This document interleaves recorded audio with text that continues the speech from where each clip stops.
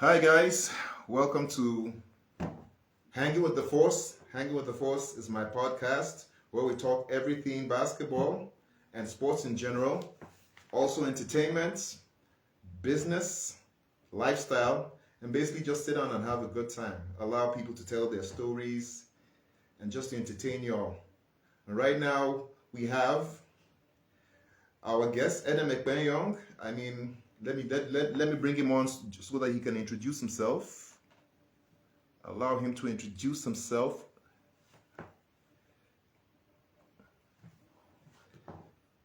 So we're bringing Edem on right now, and he's gonna introduce himself. But he's a superstar basketball player. He's played two-time MVP for the Nigerian League. Represented the national team. Hey, there he is! Yay! How far now? About there, what to the apple, man? What to the apple? Well, nothing much, man. Looking good. Thanks, man. You don't look bad yourself, man. Good to see you. It's been Man, a while. it's been a while, man. It's good Yeah. to see you. Yeah, same here, bro. What did happen now? How every? Oh, boy, every cool, man. You know how Yeah, to be now. Just the normal thanks for being hustle. on the podcast with the Thanks Force, for having man. me. Thanks for having me, No, man. no, I've no, been no. following your no. podcast, and Yeah, it's a pleasure yeah, to be on. yeah, man. Thank you so much. Thank you so much. Let me increase the volume. Can you put some more volume on your? Yeah, sure. I can do that. All right. Yeah. Yeah, What about now? Is it good? yeah. It's much better now.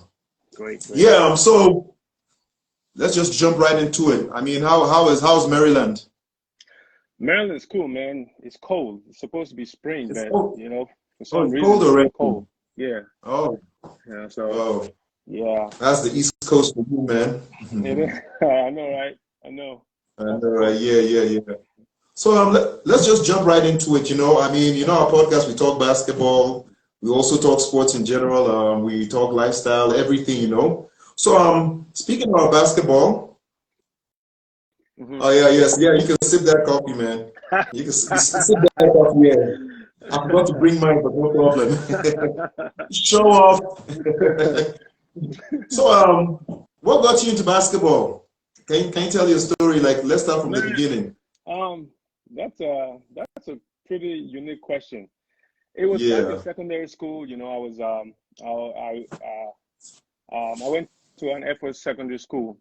And in Yeah. the Air Force base, you had all these facilities, basketball, football field, tennis, and all Yeah. that. So I think I was in SS1, and it was sports Okay. week. So they came up with this timetable where there was there were different sports: football, um, basketball, table tennis, you Mm. know, sprinting or athletics Yeah. or whatever you want to call that. And because we did not want to be in class, me and my friends, we Okay. filled out our names on all the columns so that when it's time for football, you would be out of class. When it's time for basketball, you'll be out of class. So I went for the football. Football was regular. Every kid back in the day played football. So Yeah. basketball was the first time. So when it was time for basketball, I left class with friends of mine, and we went to the basketball court, and it was an instant love for the game. So there was Yeah. a guy in my class that I felt that I was better than, you know, Mm. uh, and it was it was sort of like a challenge to see him dribble the ball and score. And, so I was like, if this guy can do this thing, I can do it too. And then I discovered the basketball court was not far from my house. It was just, like maybe 2 minutes away from my house. So, Okay. and then after that day, I went back on my own, and it was just easy. And the first thing that I knew that I could do was intentionally miss a shot and get the rebound. So I didn't know Oh, how to shoot. I didn't know how to dribble. You give me the ball, I throw it and catch it close to the basket and finish. So, okay. and then I started adding the dribbling piece, and then Coach Sani was in the Air Force base that time. So whenever he would drive Okay. past and see me playing, he'd be like, "Thumbs up." And then Mm. I went to and then after secondary school, I registered for the Felix Akiga under 18 camp in Kaduna, and Yeah. I went to the Yeah. camp, and I beat everybody 1-on-1. I won the dunk contest. I won the shooting Wow. contest, and I was MVP. And Coach OBJ was there, and he was like, "Young man, would you want to come to ABU? We would like to have you all." You know? Yeah, I'm young. Yeah. That's Coach So OJ, that's how all it started, right. man. Yeah, so Okay. that's how it started, you know. And I went to ABU, you know, the rest is history, you know. Yeah. I think that's the first time I saw you was in ABU, and I was wondering, like, who is marking this? This guy just kept on crashing rebounds. I'm like, what the hell is I going know. on here? You I know? know, man. And Yeah. speaking about your rebounding skills, you know, like you just spoke about how that was the genesis of your rebounding. You know, I was actually thinking about it. You had this ability to jump at the same height Yeah. like 4 or 5 times. You know, most people when they jump, they go ah. Next they go ah. They go Yeah. ah. And you kept Yeah. on going Yeah. So you kept on tapping, Yeah. and that was So, one of your strong points. yeah. But before we even continue, I forgot to actually let the audience know who you actually are. Like, so can you introduce yourself, and can you just tell us like some Okay. of the teams you played for, some of your achievements? My name is Louis Edem. I'm an ex professional basketball player. Mhm. I played for some teams in Nigeria, Jigawa Rocks, Bauchi, Yelwa Hawks, Bauchi. Yeah, Jigawa Rocks was based in Kano, but it was a Jigawa state-owned team. And then I played for yeah. Union Bank, Mm, and I think mm. those were the only clubs that I played for. Jigawa Rocks. Um, oh, the first club that I played for was actually Kada Stars in '97. Yeah. And then I played Okay. Jigawa Rocks in '99, and then I played for Yewa Hawks Bauchi in 2001, and then Mhm. 2004 I signed for Union Bank, and then after Union Bank in 2006 I went professional. I played in Bahrain, and then I played in Kuwait. So Okay. uh, you know, I mean the rest is history, man. I'm not the kind of guy that would talk about the accolades, you know, and all that. So I know, yeah, right? Don't worry. yeah. I'll do that for you. For those of you guys in the audience that are listening, man, this guy was two-time MVP, and I think you were teammates in Union Bank. I'm sure you remember that. Yeah. With You were, teammates in Union you were Bank, the we highest went scorer in to the tournament yeah, yeah, Continental in yeah, 2005. yeah, Yeah, I mean that was a crazy yeah, tournament, man. That yeah. was That was fun, crazy. man. That was Yes. fun. And you also represented Nigeria a couple of times. You went to Australia. Hmm. Went. So Yeah, I mean, yeah. you really had a very amazing career. Let's not forget we Yeah. went to World University Games together in In China, China, 2001. Yes, yes. 2001. Yeah, that was a Yeah, fun so trip. that was also That an was a fun trip, experiment. man. An experience. Yeah, You remember how they kept us in the airport in South Africa for almost a week, for 3 days, right? almost a week, man. And the Almost a funny week. thing was, what what what made that incident peculiar and stand out in my mind was the fact that we we were just kids, right? We were like 16, 17, traveling Yeah. to China for the first time. That was the first time I ever got on an airplane, right?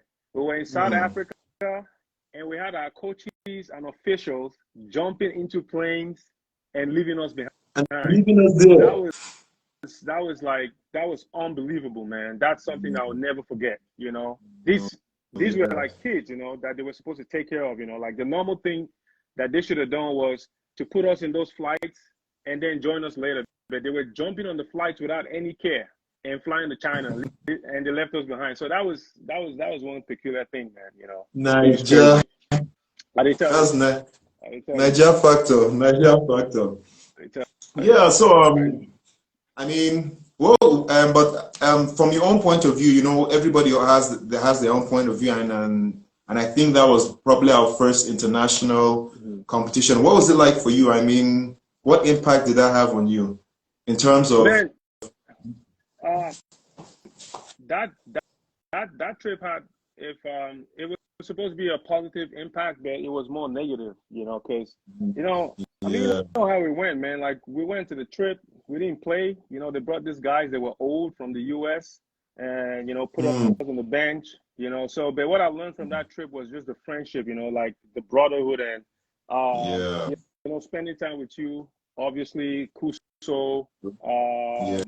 and the rest of the guys, Nambam, Number. So Yeah. it was just that bond that we forged that really helped me in my game, because Yeah. watching you closely play, there was a move that I learned from you, and you told me that you Oh, learned that move from Job Nelson. You would break down your yeah. defense, go to the basket and touch, suspend, touch, and then use the glass. Yeah. Yes, I remember that. Yeah. So I watched you play, like I watched you do that every time. It's like, how can I get this move? How can I steal this move? And I stole it from you and I started doing it. Mm, So for me, it was the opportunity of spending time with superstars like you. And, yeah.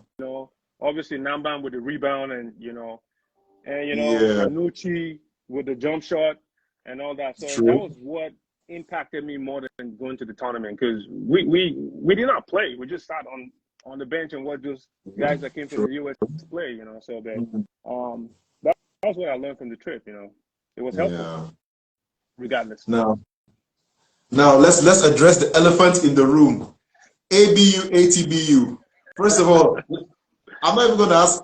I'm not even going to ask a question right now. I'm going to talk. I remember when we were coming for the. Okay, first of all, Taboo Rockets played. For me, I grew up in Zaria, and I wouldn't lie. I wouldn't lie.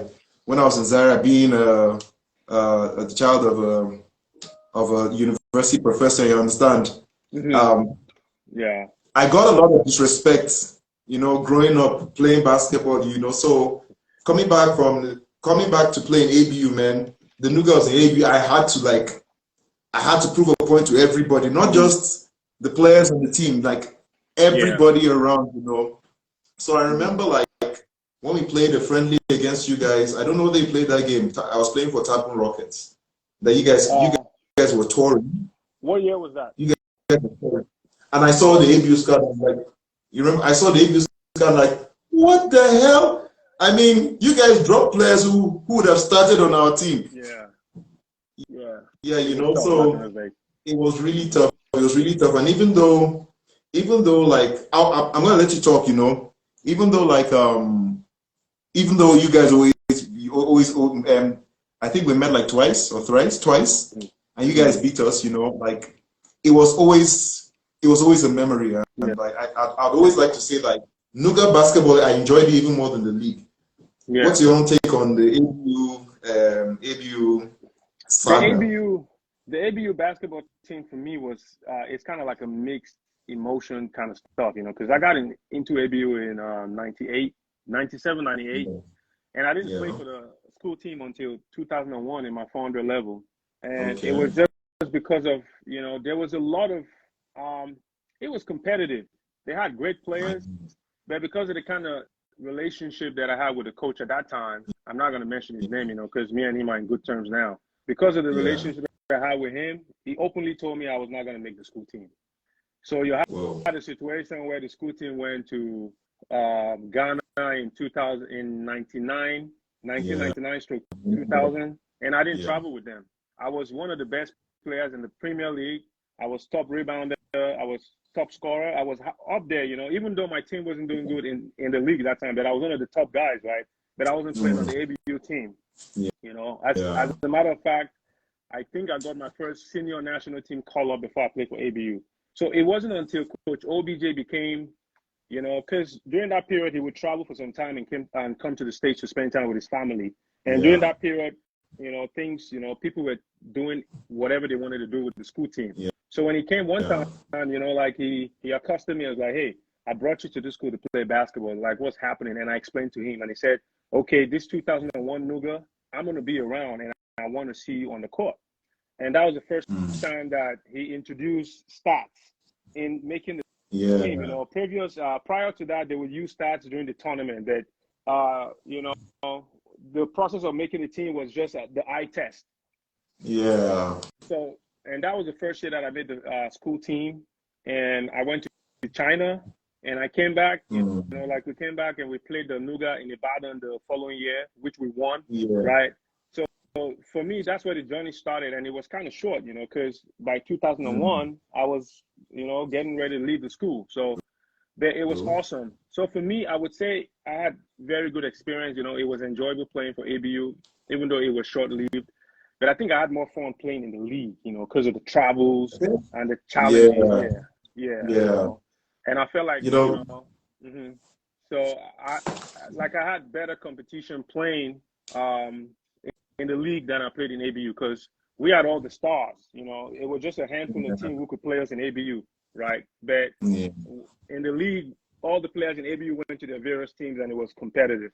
So yeah. yeah, So everybody just came kind of like faced each other. yes, Yeah, and then go back to school and boast about it. yeah. I Yeah. know. So that was a good time. It's kind of funny how everybody has a different point of view Yeah, over the same kind of issue. yeah, Then we talk about Union Bank. Like I remember you guys were the ones that told me like Erastus, say you, make a you gotta show come. now. You gotta come. You Yeah. got to come. And Hmm. that was one of like I started on one of those superstar kind of teams. That was Yeah. Boko Giants, but Hmm. we were the kids then. We were the young players. Yeah. So like coming to Union Bank, we were the G's in the league. So it was really. I remember our starting five, man. I think that's one of the baddest starting fives Yeah. ever. Union Bank were one of the teams, or maybe the only team in Nigeria at that time that really somehow rewarded players for playing, because they Very paid salaries on true. time, they paid Very their true. allowances on time and bonuses and all that. We had all Yeah. the Winning jerseys and bonuses and equipment, stuff. so that was at that time the best club in Nigeria, and they set a standard. Yes. It's just very sad and unfortunate that Union Bank did not sustain their team. That's why when I Yeah. go back to Nigeria to do my basketball championship, like it breaks my heart to see that Union Bank is not a part of the league or like a part of my championship, because True. that would be the first team that I would have, invited to my championship, I because they know, right? impacted basketball and the way they, um, you know, added to me, so Yeah. Now, at first I planned this whole discussion, we'll go from here to here to here, but right now I think we'll just it's all over freestyle the and go place. now. Yeah, yeah. Let's just go as the spirit leads, you know what I'm saying? Yeah, yeah, So, speaking about your program, I know you started your foundation, the Lewis Edem Foundation, and I mean you're doing major things. I mean, what's the whole vision behind what you're doing? Well, I have always wanted to give back to basketball. If you Mm, remember, I was a part of AGK's basketball program. yeah, I was volunteering to go coach those kids. And that was a great program that he was doing. Kudos to him. yeah, Um, but I kind of like had a different vision for how on how to impact basketball in Nigeria. Because okay, obviously the basketball camps are great for kids that want to go to U.S. colleges, but the yeah, league players, because you and I stayed in the league for years, right? Like a significant time, and yeah, we did not really have the opportunity to get one of those scholarships. We were playing in the league, so for mm, me, my passion was for the league players, not really, kids trying to go to college. yeah, I would preach the importance of education and all that, but mm. my passion was how I could impact those players that are left behind. You're So left behind. yeah, so that's how I team forces with Crown Elite Sports, and we did our first championship in 2001. And then, Yeah, yeah, I always wanted to have my foundation and honor my dad, because it was because of my dad that I'm here, because my dad, yeah, like I remember in 2002, I had my first offer to go play professional basketball in New Zealand. yeah, And I called my yeah. pop, so back in those days, we used to use those Nitel telephones, right? You will line I up, remember. pay money, and then grab the telephone. So I was like, hey, dad. Yeah. So I was like, hey, dad, man, I have this deal in New Zealand. Like, I feel, because my family struggled, right? So I felt like Yeah, if I had, if I had traveled to New Zealand to play, I would be able to contribute to my family, help them. So I yeah, was excited to tell him about it. I was like, Dad, I'm going to New Zealand. I'm going to be sending money home. You don't have to worry. My dad was quiet. After like 5 minutes, I was looking. There were people behind me on the line saying, "Oh boy, finish now. We don't wait now." So I was on mm, the phone. I was like, Dad, and my dad just said, "Hey, son, all those things don't matter. I want you to do me a favor. I did not go to university, but you have the chance to go to university. You're almost done. mm. promised me you would finish school first, and whatever you want to do, even if you want to go to China, wherever you want to go, you can go. I already accepted the offer from the team. I talked about school. They said they would put me in school while I was playing pro. So at that point, it was a huge disappointment that my dad was not as excited as I was, because I was obviously traveling and I was going to be earning money, but he told me to finish school. So that's where, I got the importance of education. At that time, I did not really get it, because I got off the phone and I promised him, because my dad is never, my dad was in the military. You don't tell your kids to promise you stuff. You order them to do it. Yes. So it was like as if he was pleading, and I said, okay. So I got off the phone and I finished ABU. Now fast forward, I retired from basketball, came to America to settle down, got a job, and the first thing they asked for is, do you have a degree? Yes. I showed it to them. Whether you got a third class, first class, it doesn't matter. They were like, okay, job is yours. And I'm like, wow. Yeah. Wow. So if I had not listened to my dad, I probably would have played the professional, retired, and then, you see how most of our guys struggle when they come back home and there's no job back home. You're going to start working for the council. Yeah. So I always wanted to do a basketball championship to honor my dad, because of, how he allowed me to play basketball and go to school. So,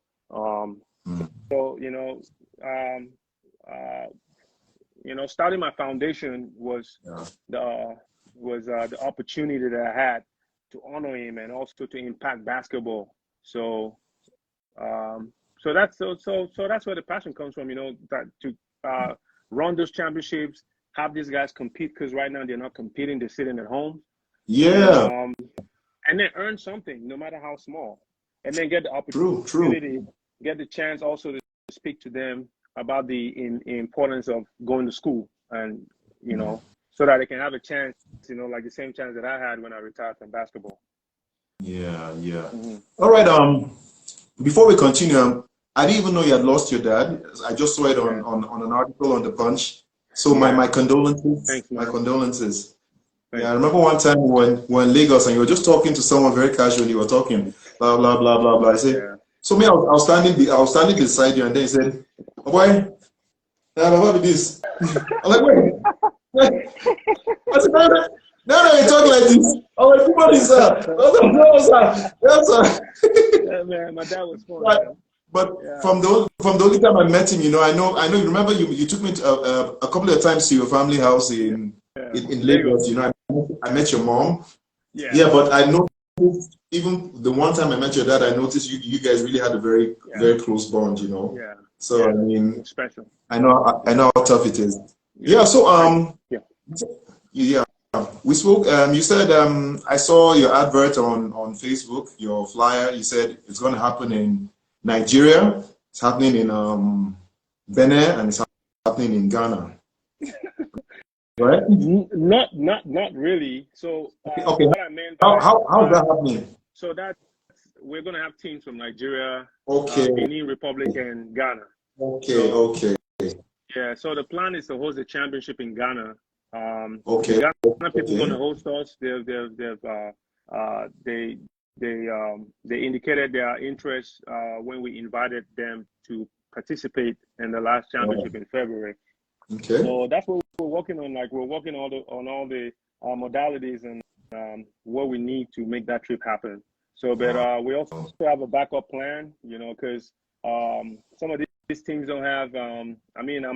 We are providing the accommodation and feeding, right? Yeah. But then they have to transport themselves, So some of the players don't have passports, and the passport process in Nigeria now is taking too long. So we have a backup plan. If that does not happen, then we're gonna either host it in Lagos or Benin Republic. So Benin Republic. Okay. Yeah. So, but right now the plan is to host it in Ghana and take all these Nigerian teams there. Yeah. Wow. Now I really hope it works. I really hope the Ghana trip works, because it's in Cape Coast, right? Yeah, Cape Coast. It's going to be beautiful place. Man. Fun. Beautiful place, man. I did part of my schooling there, so I was in Ghana for 3 years. So Ghana's like second home to me, So I really hope it happens there, But Amen. when all is said and done, I mean, it's for the kids, you know, it's for the young ones. Yeah, yeah. It's actually, You know, it's actually. mhm. So, what other bottlenecks, like when you started your own program? First of all, I wanted to ask. I know you were with Crown Elite at the time, you and Yeah, yeah. Onuche, and Mm-hmm. then you kind of like went Parted went ways. on to do your own thing, you know. I Yeah. mean, what was the thought process behind that? I mean, I hope it was amicable. Yeah, I mean, it was just a case of two very talented and passionate guys, also friends, you know, coming together, trying to execute their ideas on the basketball scene in Nigeria. You know, and Yeah, he had his own, uh, everybody tries to like kind of like um, execute in their own way, right?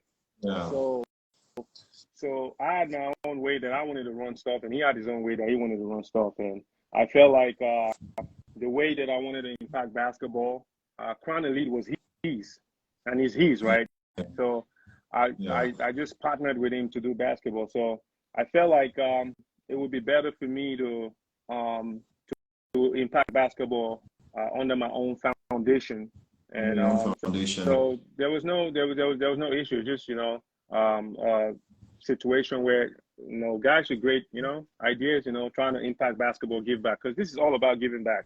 It's not business. Yeah, If it's business, yeah, then it's going to be a problem when two people split ways. But we're all giving yeah. back, so it's more or less like charity. So there's So no there's it's no actually, yeah you can actually spread out more. yeah. So yeah, so that's what I wanted Or, to let or, them know. or maybe it is that the boy band could not have two lead singers.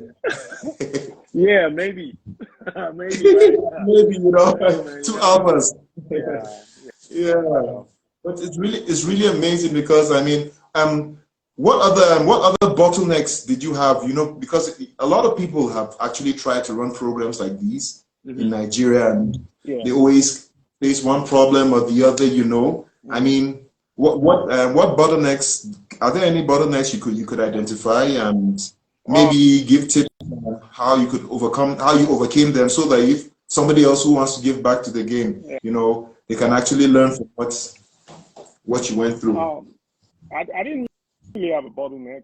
Uh, so Okay. February was the first time that I ran my championship, right, by myself. Yeah.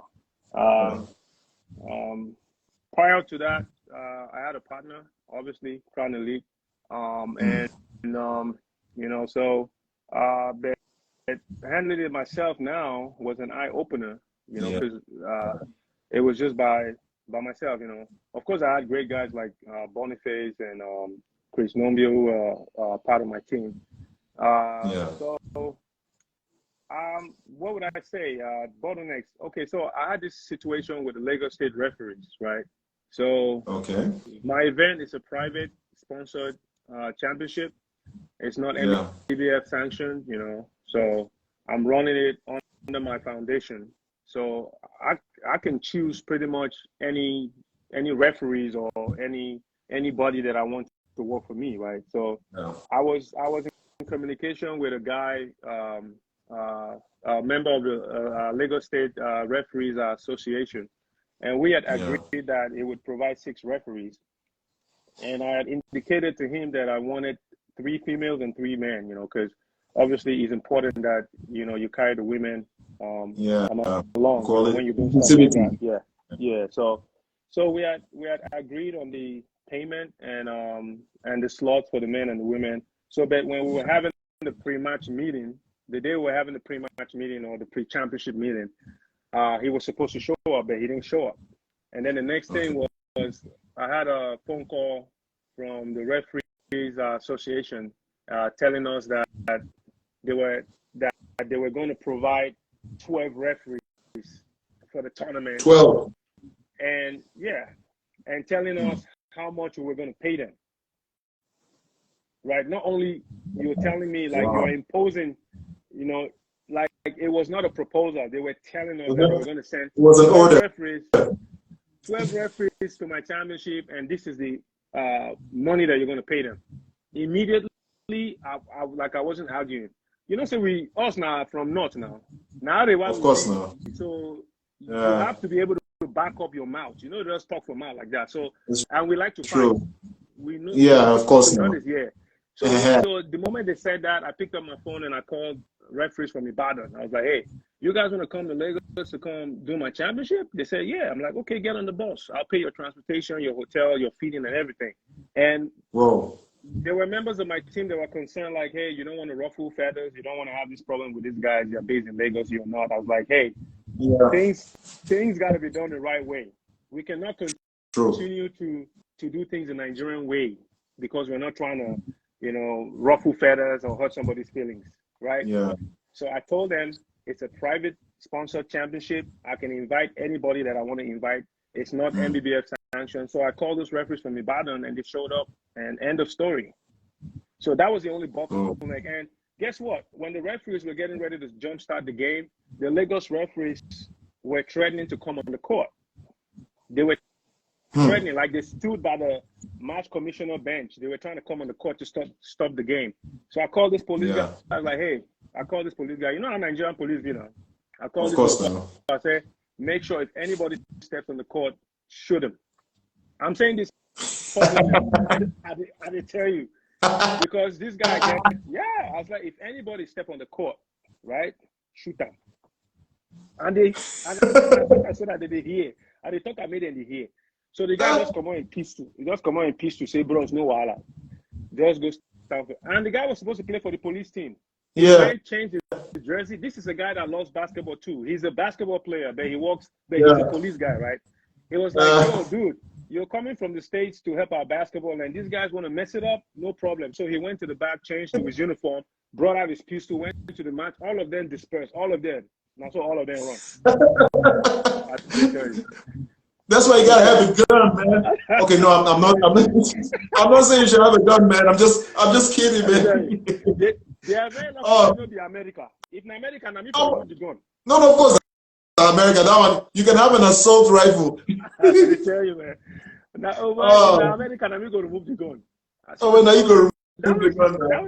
That was pretty much the only challenge that I had, you know. But other than that, it was smooth.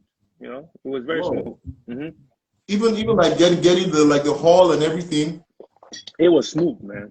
It was smooth. Nice. You know, like A lot has really changed. I must say. Yeah. You know, NBBF was supportive. You know, I had somebody go to Abuja to give us a hall.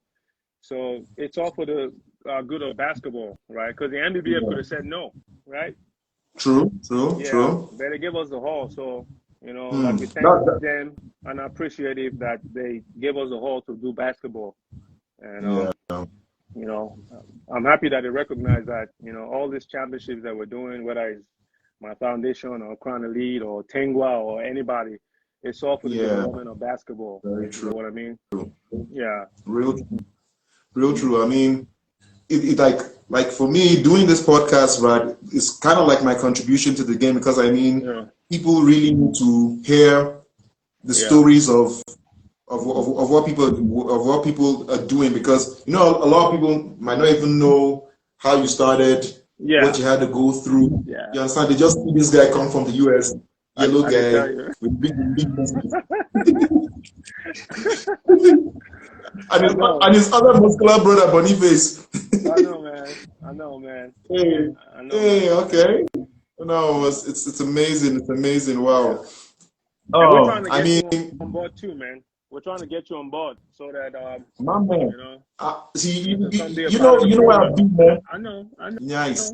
Yeah. Nice. Please let him know. Yeah. I'm gonna be on the program. Yeah, he's gonna be on the next championship. Yeah. So, nice. God willing, really. Let God take that. I just hope God will take us there. So I want to ask, like, what are your most memorable playing experiences? I mean, if you were to choose like 3, let's just say 3.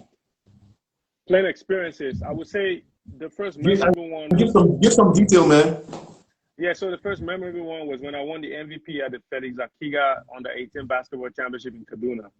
Yeah. It was memorable because when I registered to play, it was like a joke. I got one of my shirts, and my sister, who was learning how to knit, You know, my Yes. one of my sisters, she put on the she needed 045 was the number she put there.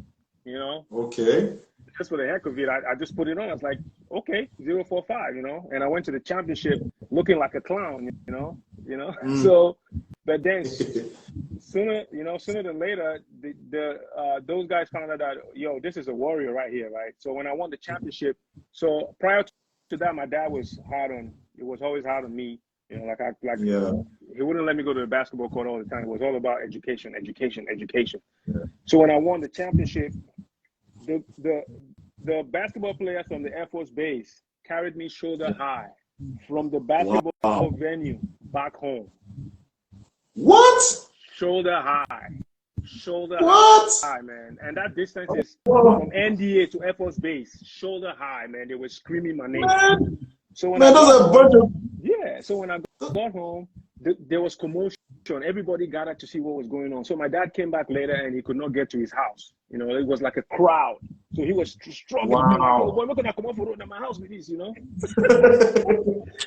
So he got home, he saw magazines, he saw posters, he saw the MVP trophy, he saw new basketball sneakers, and he saw people telling my mom congratulations. My dad was like, hey, what's happening? And my mom said in my language, your son won MVP in Kaduna State, and everybody's here. And he was like, really?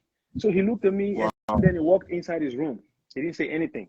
And then later on, when Mm. everything had settled down and everybody left, he came to the living room where I was still basking and, you know, that In the that glory. yeah. It was like, so you're really good in this basketball, huh? I was like, yeah. It's like, okay, from now on you can play, but promise me you gotta still go to school. I was like, yeah, sure. Mm. So since then, you know, because that time Naija Porters were trying to get me to come play for them. My dad said no. So when he saw that I had that much fame in basketball, he was like, okay, now you can go. You know, but just make sure that that you don't leave school for basketball. Make sure you stay in school. So that was the first memorable one. And then which one is the second? The second one was second memorable one was uh, uh so this is Nigeria we're talking about, right? No, anywhere, man. But yeah, So the second anywhere. the second memorable experience would be 2002 Nuga finals between ABU Oh and crap! HTBU. You have to go there. You have to go there, right? ABU and HTBU. Now let me tell you that was the most difficult championship I ever played in my life. The most difficult Whoa. finals, because guess what? It was Yeah. Yellow Hawks against Yellow Hawks, True. right? True. Yeah. That's true. The starting five on ATBU were part of Yellow Hawks. Starting five Yes. in ABU You. was Yellow Hawks. Yeah. True. So what made it fun was you were wrecking us, right? And I was Yeah. wrecking you guys too. And I think True. that is where the rivalry with Stanley started. Yeah. I know. Yeah, that was where the rivalry, because he was guarding me, right? I Yeah. was on another zone. I was on another zone. The same with Dude, you. I was watching it, Yeah. man. So what happened is me and you were going back and forth. You guys would lead. Coach Ali would go to the side and call the sports commissioner in Bauchi, or the sports director. They're like, yo, we have the lead. You know, we have the lead. And then we would lead and it would cut the call. And, so it was back and forth until I think OBJ figured out, let's put Umso on Tengwa. Yes. Yeah. Now Umso is one of the stellar defenders I've ever played against, right? Very true. Not because he was really very good in playing defense, but because he was good at recovering after the crossover. Like he would cross After it, you cross him, yes, yeah, he would it's true. recover It's and receive true. in front of you. So the only way, like when I was playing one-on-one with him in ABU, the only way I would beat him is as soon as I cross, I'm pulling off for the shot. Or as soon as I cross, I'm taking a 1-2 layup with my shoulders.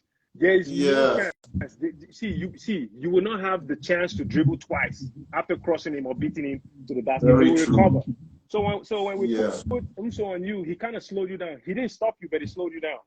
So Very true. Very and then we true. won, and I had 36 points.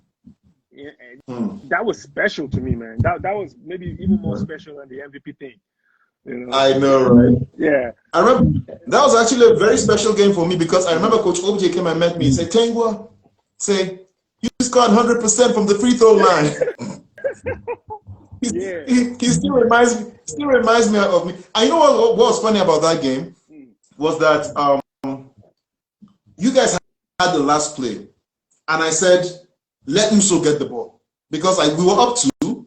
So I said, let Muso get the ball because I had somebody cover you. I had somebody cover. I think it was Onuche. No, it wasn't Onuche. I had somebody cover you. I had somebody cover like everybody. I'm like, if this guy gets the ball on the 3-point line, don't foul him. And you know, at that time he had that funny shot where he just catch him like, no, he just shot the. It wasn't the last play. It wasn't the last play. You were mixing it up. I remember that play when he got the ball, they backed off of him, and he knocked down the shot. He knocked it down, and we led by 1. Yes. You guys went and missed, and he came back and shot again, and it almost went in. I was beside you. You were right here. I remember vividly. Right? Okay. You were boxing me out, and I got the rebound, and I put back and went up by 3. Right? Okay. That was the last minute of the play, but I don't remember how the game ended. But I remember that was the only shot that he took, and he scored. Yes, he scored. Yeah. Okay. He scored, yeah. A lot was going on. What was going on? Yeah. Now let me tell you a funny story, right? It's not an excuse, it's just a story. Before that match, as we're coming to the court, some cultists came and met me, and they came and told me, they say, number 5, say me I show. One guy, say me I show, said that, saying that he has bet good money on this game. That if we lose the game, that I am dead.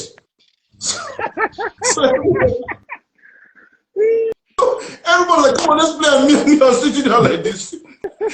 I'm serious. So as soon as they blew the whistle, but you know that there was a football field on this side. I just went. I darted for the football field. Boom! I went to where those guys. The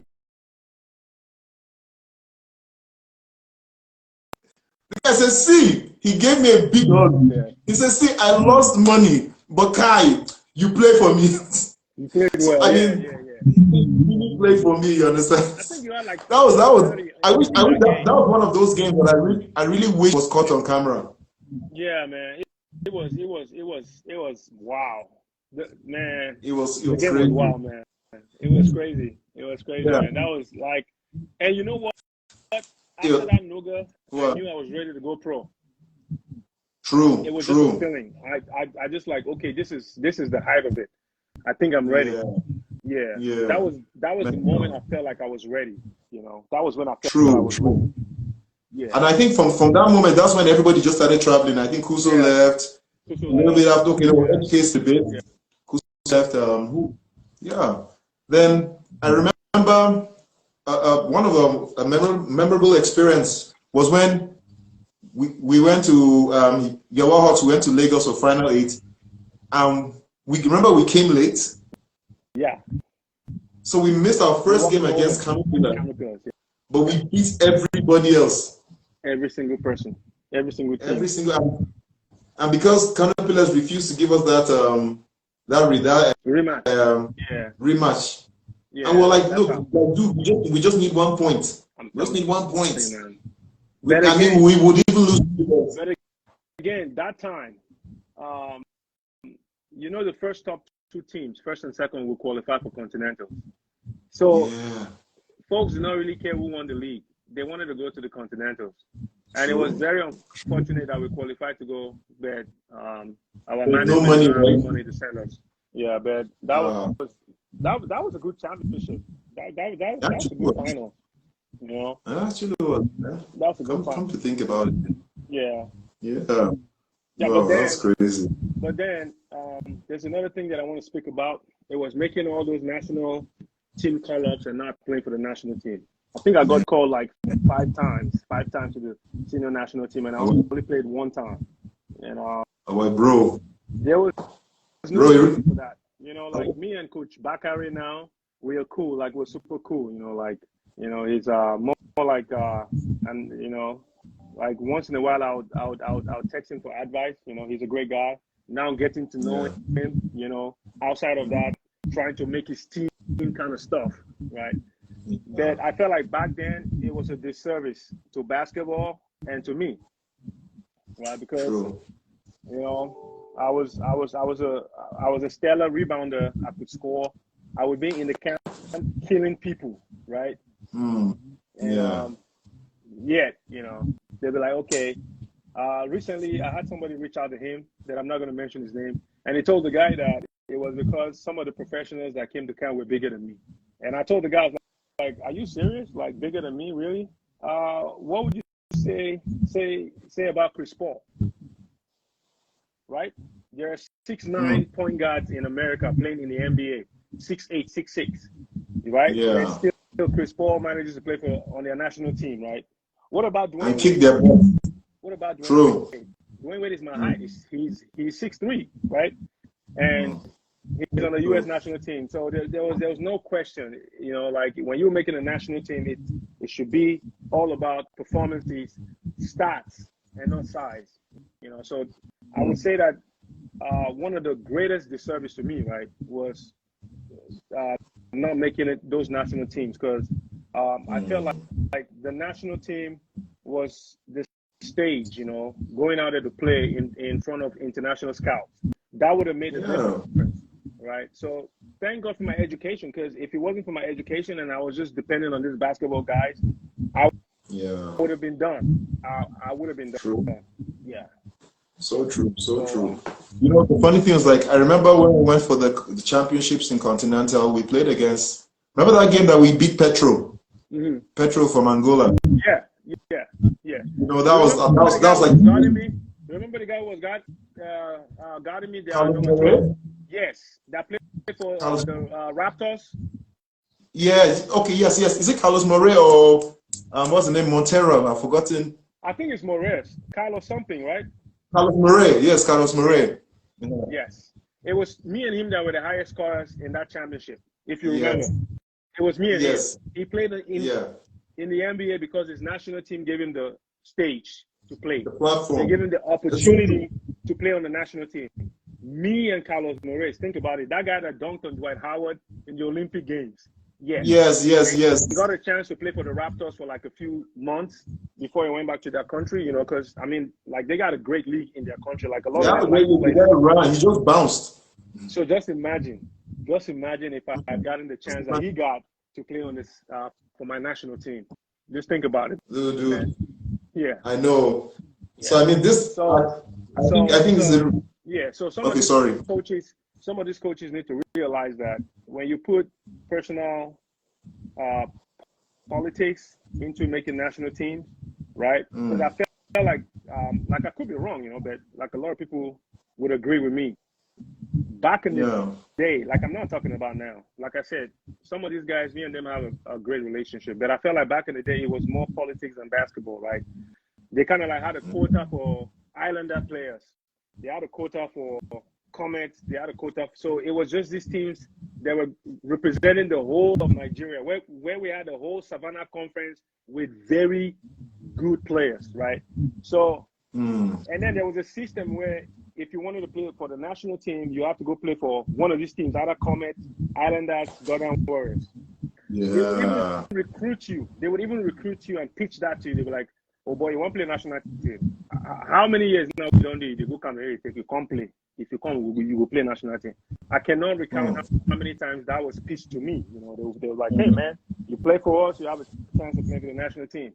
So, but these coaches don't know the kind of damage they do to the game and how much they shortchange some of these guys with great talents. You don't know how many lives you have impacted negatively. People who would have like maybe gone to play in the NBA or these big leagues in Europe, right? But because of your personal vendetta and your politicking, you would choose a player that is loyal to you and plays on your team rather than a guy who is supposed to be there. And think about Namba. One of the things that touched my heart, right, was when Namba was dropped from the Commonwealth Games. I am cool with Coach Sani. Coach Sani is like a father to me. But that decision was a very bad decision, because you dropped this dude. I walked into my hostel in Australia. It was 3 beds. So what the Australian guys did was they had different secondary schools, high schools, and nursery schools students make paintings and welcome us. So like I went to my bed, it was, "Hello, Louis, Edem Ekpenyong, welcome to Australia. My name is Thomas, and my school is blah blah blah," and then a little picture, and it was touching that I looked across the room and I saw, "Hi, Kelvin Nambam Nimor, welcome to Australia. My name is blah blah blah blah blah blah." He had his bed. It was supposed to be me, Pruitt, Gagara, and Kevin. So me and Pruitt sat for a moment, just reflecting, like, "Oh boy, see this guy. This guy actually supposed to be here. See, because they sent his name. They sent his name that he was part of the guys that were coming. But then he got cut, and we traveled with 10 people. 10. What? So who knows what would have happened, because that's where AJK got his break and made it to the NBA. He got drafted to the NBA, right? Right? So who knows what would have happened, because Nambam was 6'9", 6'10", a fierce rebounder, fierce competitor, very athletic. Very athletic and has heart. And he had a good, decent jump shot that you had to respect. So just think about Nambam at 6'10", going to Australia, It would have changed. It would have changed. It would have changed a lot. It would have changed a lot. So that decision that you made, and you cut this kid out of that team. Now look at the kid. He's doing great for himself, right? But who knows what could have been. So that's why when these coaches are making these type of decisions, they need to consider these things and really open their heart out and take these basketball players like their kids and take away all those personal vendettas, right? So, it's so true. Yeah. It's so true. And I think right now, I think it's so great that with these experiences, you're trying to give the other kids the opportunities. I mean, look at what's going on now. There's no league. There's no league over there. I'm telling you, man. Like I started writing a couple of articles. I don't know whether you've seen them. Like the 5 years that the league did not run. I mean, you have a whole generation of players lost. Yes. There's one player. If you're 25, 5 years makes you 30. That's it. That's it for you. That's it. You're done. Yeah. Yep. I've seen a lot of kids. I see a lot of kids. I know a lot of young players. Sorry, that had a lot of prospects, but after a while they'll come and tell me there's no money in basketball. Yeah. Basketball is a waste of time. I mean, I can't say basketball is a waste of time, but based on their own experiences and everything. So I mean, like my last interview, I spoke with Marshall and I asked him what was the way forward, and he gave his own thoughts. For you, I mean, you're already paving the way forward. You know what I mean? But I just want the audience to hear what you think would be the way forward in any small way. What would be the way forward for Nigerian basketball as a whole? I know that's kind of like a wide question. I think, to be honest with you, I'm not part of their politics. So this answer that I'm going to give is not because I'm trying to seek any favors, right? I have not collected anything from Musa Kida. I haven't collected anything from Goche or TJ, right? Yes. As a matter of fact, I have a good relationship with TJ. We used to play basketball when back in those days in NDA, right? But I feel like when Kida got on board, that power tussle that they were having that time kind of like derailed his administration, and he did not start on a good foot. So when guys are judging his time as MBBF president, they should take that into mind. Into consideration that when this guy came, it was cut battles with the funding that was given to the previous administration by Kwesi and all that, So TJ had his legitimate right to want to extend his administration. But Nigeria is 200 million people, man. If you do one term, it should be enough, man. 2 terms, Why 3 terms, man? Let's get some new ideas. So when Kida came in, he came in fighting. So when Yeah. people try to criticize and throw stones at him, they need to consider that. And personally, he has impacted my basketball, because in 2005, if you remember when we went to Union Bank at the Southside Games, right? Yeah. That was organized by Musa Kida. So he has put his money in basketball, right? His personal money. That's So he has true. contributed to basketball. So I think what needs to be done now is people to join hands together and try to bring our basketball to life again, right? Without pointing fingers and saying you're the cause, or this one caused this one, this one caused this one, right? We need to support the NBB. I don't think if they have a sponsor that is willing to sponsor the league, that they will not do the league, right? And yeah, so you don't expect the guy to take his money and run a league for 6 months, right? Yeah. So I feel he's doing a great job, but more can be done. That's the way to try to encourage an administration. Good job, but you can do more, and everybody needs to come together and support.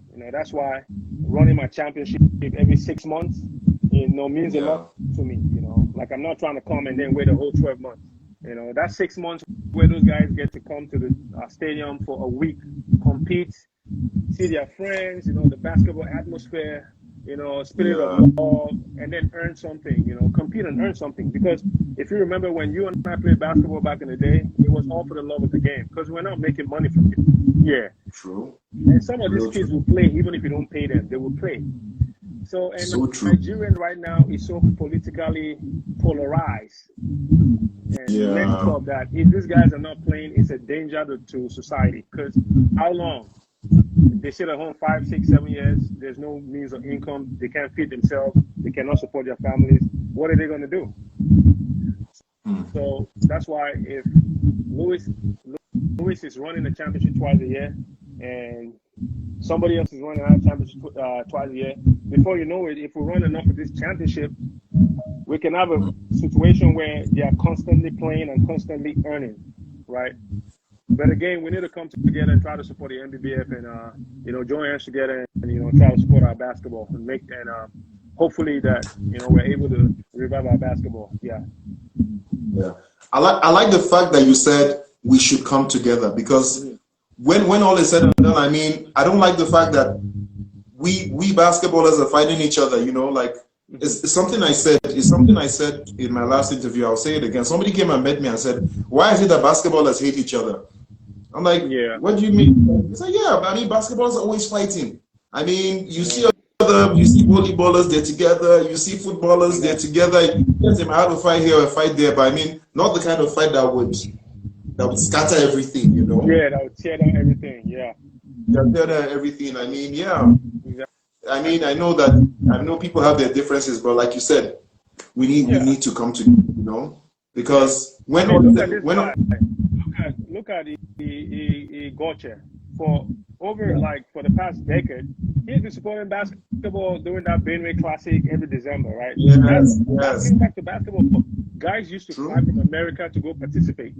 Come and play that, man. Mark the ball, right? Yeah. So that's crazy. He has done a lot for basketball, so there was no need for that power tussle and fighting, right? We all need to come together and in this, embrace ourselves first of all in brotherly love. Put down your egos and your beefs and all that stuff, and try to make our basketball work, really. Because Georgia is deserving of the NBBF president, because he has done a lot for basketball. He has put his own personal money into basketball. Musa Kida has done a lot too. Same as TJ.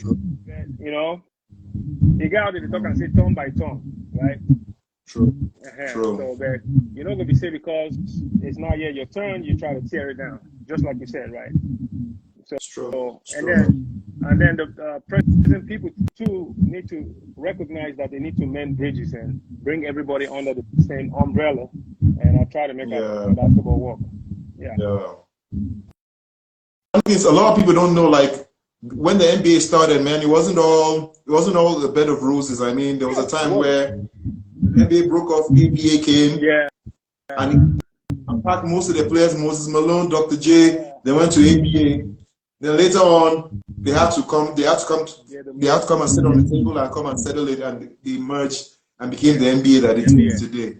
That's true. Yeah, so I really hope that we can learn from all those, and actually come together and really make our league not just for the players to play, but for opportunities for monies to be made, not just for the players, for the janitors, for the camera people, yes, for the merch, You see, that's why in my basketball championship, I try to create opportunities for not just basketball players, but I get to bring cheerleaders, they get paid. Bring table of officials, they get paid. I could call my friends to come be the referees, and I get ushers, they get paid. I have my own. Don't forget the guy with the mic to anchor the competition. Don't forget him. The media guy gets paid. The DJ gets paid. The guy who anchors the championship, Tengwa, gets paid. Yeah. So now you're spreading it. It's really giving back. It's not just basketball. You have ushers, cheerleaders, table officials, DJ, MC. Like last time, I only had to have one MC, but I had two, a male and a female. And they got paid. Yeah, the people who clean the stadium get paid. I had vendors come in and sell stuff at discounted prices. Prices. They got paid too. Because at the end of the championship, they're like, man, bros, thank you. We make money, right? Just selling. Yeah. Nice. So it's all an ecosystem. Yes. It's beautiful if we can extend this type of stuff and make it ongoing. Yeah. Yes. I wanted to ask you a question, but I mean, the question I wanted to ask was, what is the role of the private sector? But I mean, you don't even have to answer it in words unless you want to. You know what I mean? Not a lot of people want to invest in sports. I have money, but I'm not the richest person in the world, right? And I'm using my personal money, man. It's my personal income that I'm using. Like, there's no partnership, there's no sponsors. It's me thinking about people after God has blessed me. Because when God elevates you, He does not elevate you for yourself. He elevates you for others. So you got to pull others along. Yeah, you got to pull others along, right? So people need to start thinking that way, how they can, because if you're thinking about terrorism, the kidnapping, all these people, it's because there are lots of people without jobs that are easily indoctrinated to become criminals. So if you're thinking about not having to deal with all this type of crimes with your business, think about investing in the community, right? Not just sports, other areas, but in Nigeria, it's very unfortunate that a lot of people quid pro, you give me and I give you. What's that word again? That word where they want to indict Trump. Okay. Like that. Yeah. They know what we're talking about. I know nobody's gonna invest in you if they're not trying to get something back. I mean, you know how it is, man. You're trying to help somebody, whether male or female. You're trying to take something from them. I mean, you know what I'm talking about, right? You're not trying to do something for free, right? So, but people need to start thinking about, how can I change my community? For me, the only community that I know is basketball. So if I'm going to change Nigeria, the first thing I should do is start with my basketball community. And hopefully when I get partners, I can extend to other, so that's a tight end. It's not giving money to pastors to buy private jets or to wear expensive suits and stuff. The real tight end is giving back to your community, right? That's why Jesus said, if you have two clothes or two cloaks, give one to your neighbor, right? Yeah. So that's a real tight end, not taking your 10% and giving it to some preacher, and he's flying a private jet, and you don't even have money to buy a bicycle. So the real giving is giving back to these people, and that's what I'm passionate about. So to me, this is my tight end. So what's the food like in Maryland? The food is great, man. It's almost like Nigeria, man. We have African restaurants all over. So I eat the same thing I eat in Nigeria. For real? Yeah. Did they find Akpu? The only thing we say you know, they fresh like you did for Nigeria, but you go see them for African store. You will make them. So I eat the same food I eat back home here. So Wow. I don't go home and like way African food. Nah. So Okay, Maryland has a lot of Africans, a lot. okay, Just wonderful, like wonderful. Yeah. Yeah. Texas too. I know there are a lot of Nigerian people there. Yep. Wow. It's beautiful, So man. I love it. wonderful. So I want so you said the next tournament is August, right? It's going to be in August. If I cannot confirm the Ghana venue by the end of this month or before the end of this month, I will confirm the Lagos venue or some other venue. Okay. Yeah, then it's going to be August. We're trying to do a play-in format, just like the NBA. You're trying to do what? A play-in format. Okay. So Yeah, I saw that. So we're trying to have the top 6 teams who qualified or who made it to the quarterfinals in the last championship automatically qualifiers, right? So they automatically qualify for the next championship, and then the bottom 4 and other teams that want to register to play the play-in tournament will get 2 teams. We'll add them to the 6 and make it 8. Okay. So those ones will play. Okay, they'll play at the competition venue. No, it's we'll look for a different venue, and then when we get the 8, we move on to the competition. It's going to be like a week plus long basketball fiesta, man. It's fun. I know. Louis, man, it's been so wonderful. It's been so wonderful having you over. I can't wait. Maybe one of these days I'll come for a holiday in the US and then we can kick it. Oh yeah, of course. I like to beat you 1-on-1 too, man. Remember I used to beat you 1-on-1. Remember I used to kick your. Remember when I came? Let's. You beat me at 8 one time. You beat me at 8 one time. No, and then you beat me one time when you came back from Bahrain. That time I was in a bad place. Yeah, we need to play again. Do you still play? I don't know. Give us our cash. I didn't tell you, man. Do you still play though? Yeah. You still play? Man, I haven't played in a bit, man. But yeah, I'm getting back into shape. You still play? Of course, man. I can't stop playing. Of course. All right, dude. Just because of you, man. I'm gonna get back. Of course, man. I'm always going to that police college for Lagos. They beat people there, man. 1-on-1 my game. Yeah. So what's your game now? Post up or you're still shooting? Nah, man. I don't have time to post, because if they post, they go out for your waist. Your waist is paying you. So now shooting. If I take lane, now I will give you the shoulder, bump you come out. Now where are they? Weigh 270. 270, Jesus. Yeah. Pounds. Yep. That's like a Volkswagen, man. Yep. So, yeah. Meanwhile, maybe one of these days we're going to do a replay. Have you watched this movie, Grown Ups? Grown Ups? No, I haven't.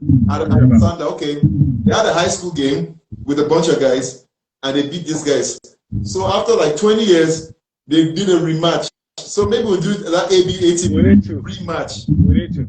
Oh boy, we should do that. That would be awesome, though. Think about it. I'm telling you, boy. Can you imagine the kind of fanfare we can bring, man? Yeah. Oh boy, but that one we'll have to like 1 year camp. Yeah. Because if you sit that way now.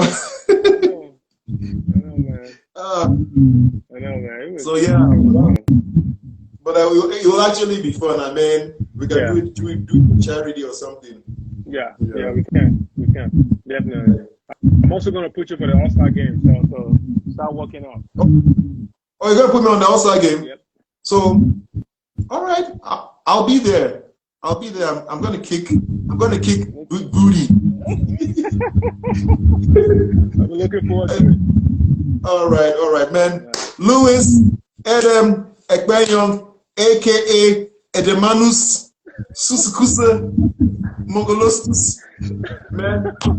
What is this? And so I what miss you. I mean, I miss you. man, man. Remember we used Oh boy. to sing? Remember Oh boy, we used to yes. sing gospel? It was me, you, and Nambam. Yeah. Oh boy, dude. We used to sing, man. Maybe one of these Voice to we should do gospel, everything we used to gospel, sing. everything. Man. I remember one time when we were going to China, we started singing. We were at the time about to enter one of those gigantic planes, you know. Yeah. I was singing, and I could see all these white people. Everybody was just like this. Yeah. Like the anointing fell. It was not China. We were going to Cote d'Ivoire. Okay, it's Cote d'Ivoire. Cote d'Ivoire. Me, you, and all Kinky. this stuff. Me, you, and Kinky. Yes. We started True. singing, and what was amazing was a week before we traveled with our airline. I think it was Bellevue. They had a plane crash. That's so true. Yeah. So I was like, people were kind of tense flying with Bellevue because nobody knew what caused the crash. So we started singing going in that tunnel, and we got in the plane, and these white people sat around us, and they were like clapping, and we're like, wow, we're just singing. Yeah, and then people started singing in tongues. Yeah. Smooth flight, It was beautiful. Oh, that's what. And that flight went so smoothly. The presence of God did that flight. What do you want to do? Naso. I did tell you. Oh boy. Then do you remember in Cote d'Ivoire when me and you went to go and eat futu? You know that one for the company. Do you remember? Yeah. They found plantain. Yeah. You don't remember? I remember. Yeah. We don't pick up and finish. They're gonna give us some kind of strange soup. Some kind of sauce. Yes. Yeah, I remember. Yeah. Oh man. Oh, but so many experiences. Yeah, we had fun during our time. We had fun. Really had fun. How is the colossal Balango? Balango day, man. I just got off the phone with him before you called. Balango day. Are you serious? In the dollars. He didn't do well. Okay, he's a business owner now, man. Right?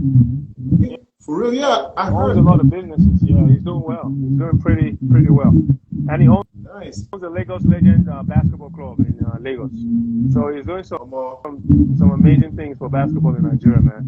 No, that's great. Yeah. I mean, it's so good that like our generation, like I heard OC2 got a team. Yeah.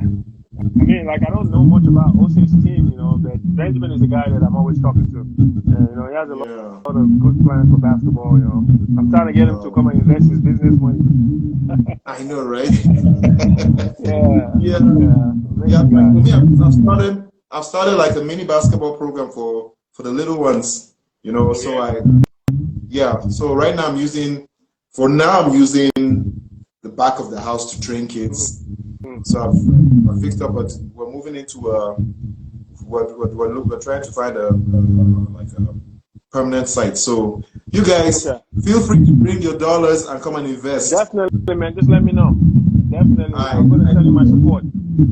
All right, no problem. Thanks a lot. Thanks a lot. I'm gonna hit you on WhatsApp, man. Like, hit me up. I got you on international TV. Hit me up, man. You don't get shaken. Man, it's been incredible, Edem. I'm so happy. Thank you for being on this show. I mean, this podcast, and also, I mean, people have gotten to learn. To learn and to understand what's the whole process about us trying to, you know, give back to the game and everything. And I really want to thank you for giving back to the community, because not everybody who actually has that. I mean, you could carry your money and go and chill at Ibiza and take and snuff cocaine in your nose. I mean, I'm not saying that's what you're going to do with your son, but a lot of people do that. You know what I mean? I know, man. Yeah, you know. Yeah. So, I mean, thank you, and you're changing lives the same way that Felix Akiga camp changed your life. Yeah. Kudos to him. Yes, I know. It's the same. You're not breaking the chain. Yeah. Exactly. Thank you. Thanks. And more. Thanks, bro. Yes. Thanks. Great thing you're doing, man. You know, more grease to your elbow. We're going to talk. Thanks, man. Brother. Man, chop up. Bluetooth. Peace out, bro. Bluetooth. All right, bro. See you, man. See you, man. Okay.